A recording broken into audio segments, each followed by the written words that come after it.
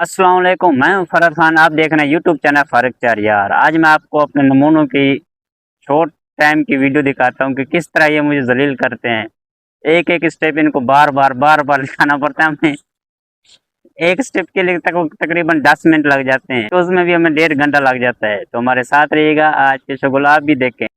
यार आसान है यार, तुम्हें जान पहुंचते यार नहीं समझ लगी यार आसान।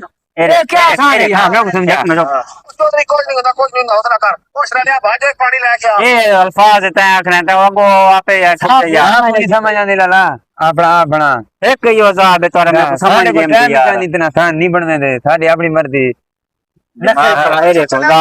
आखिरी बार समझा, मैं चुप कर गाल सुन। देख मेरे को तो पैसे कोई नहीं। इतना सब अल्फाज तेरा के मेरे को तो साड़ी आसान नहीं बनने दे वाली वीडियो टाइम तोरा चित्तू खाना शुरू थी मेरे को तो काम दे साड़ी अपनी मर्जी।